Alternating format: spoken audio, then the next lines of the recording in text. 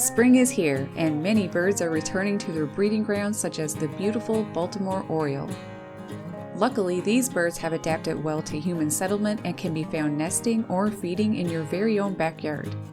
It will surely impress friends and family if you show them one of these birds at your feeder. They probably won't believe their eyes. In the United States and Canada, the Baltimore Oriole is present typically only for about 4 to 5 months, between April and September, depending on the location. Their winters are spent in Central America. At the beginning of spring, they have to make a long journey north that leaves them hungry when they arrive. If everything is set up in your yard just as they like it and in time, it can be pretty easy to attract Baltimore Orioles. But if it isn't, it can be extremely hard. It's all down to timing and understanding what they eat and when they eat it.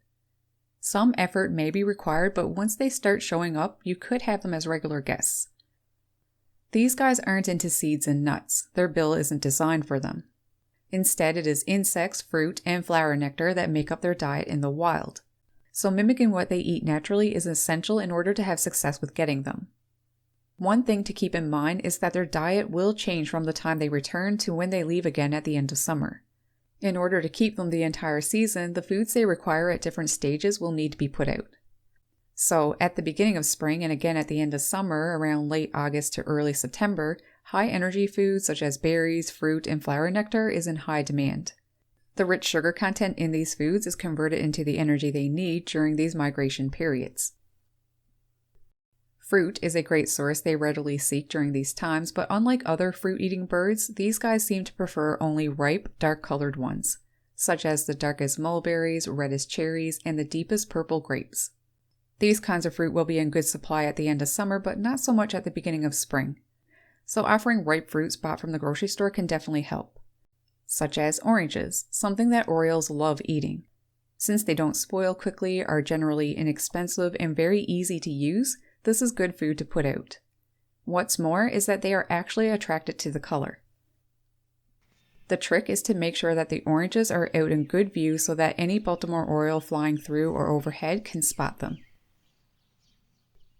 The best way to use oranges is by cutting them in half and sticking them onto a broken branch.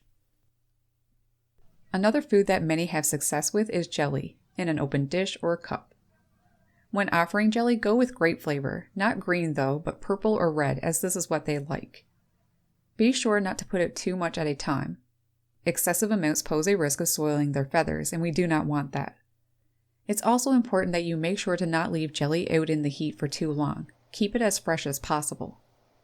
There are jellies that can be bought in the store, but I think homemade is better, because it is made from fresh red grapes or oranges with no additives. I'll leave a recipe down in the description below. Orioles also readily take advantage of sugar water in spring and in fall, which is quite easy to make by simply using a ratio of 4 parts water and 1 part sugar. Don't use food coloring though, this is not necessary and isn't good for birds. There is also pre-made nectar that works well too. Both of these sources give them the instant burst of energy they are looking for during early spring and again in late summer when preparing to leave for the winter.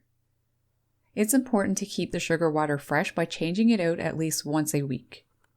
There are feeders that are specially designed for Orioles too that have larger perches and drinking ports, unlike hummingbird feeders. Also, when shopping, look for ones that are orange since they are attracted to that color. Make sure that you put the feeder away from the sun to prevent their food from spoiling quickly. And keep them out of the wind too, as the swaying back and forth may cause the mixture to spill over. I should mention that although not as sought after, Baltimore Orioles will gladly eat suet in spring as well, due to its high energy content. But as spring progresses and they gain back all of their energy, they aren't going to be as likely to eat that anymore. Probably not again until late summer when they are packing on fat for migration. As summer approaches and they begin nesting, what they enjoyed eating just days ago can suddenly change without warning, resulting in them not coming to your oranges, nectar, or jellies anymore. This is because they switch to eating more insects for the protein needed while they are breeding and raising babies. They eat plenty of pest caterpillars such as tent and gypsy, to name a couple. Other sources of insects include beetles, crickets, moths, flies, as well as other arthropods like spiders and snails. At this point, in order to keep them coming, you may want to try mimicking the protein they are looking for, in the form of live mealworms which can be put on a platform or tray feeder and even in a cup. There are also freeze-dried mealworms you can try, but these are less desirable. Of course, doing this doesn't guarantee 100% success. For some people, mealworms work, and for others, not so much. Although fruit and nectar aren't high on their menu anymore, it is possible that they will stop by daily to feed on this, so you don't necessarily need to stop providing these foods completely. And at the later part of summer, before they leave for migration, they will be eating these foods again too, so keep that in mind. A more natural way that you can attract and keep them in your yard is to have bright fruit trees and flowers, such as raspberries, crabapples, blackberries, trumpet vines, native honeysuckle, and petunias.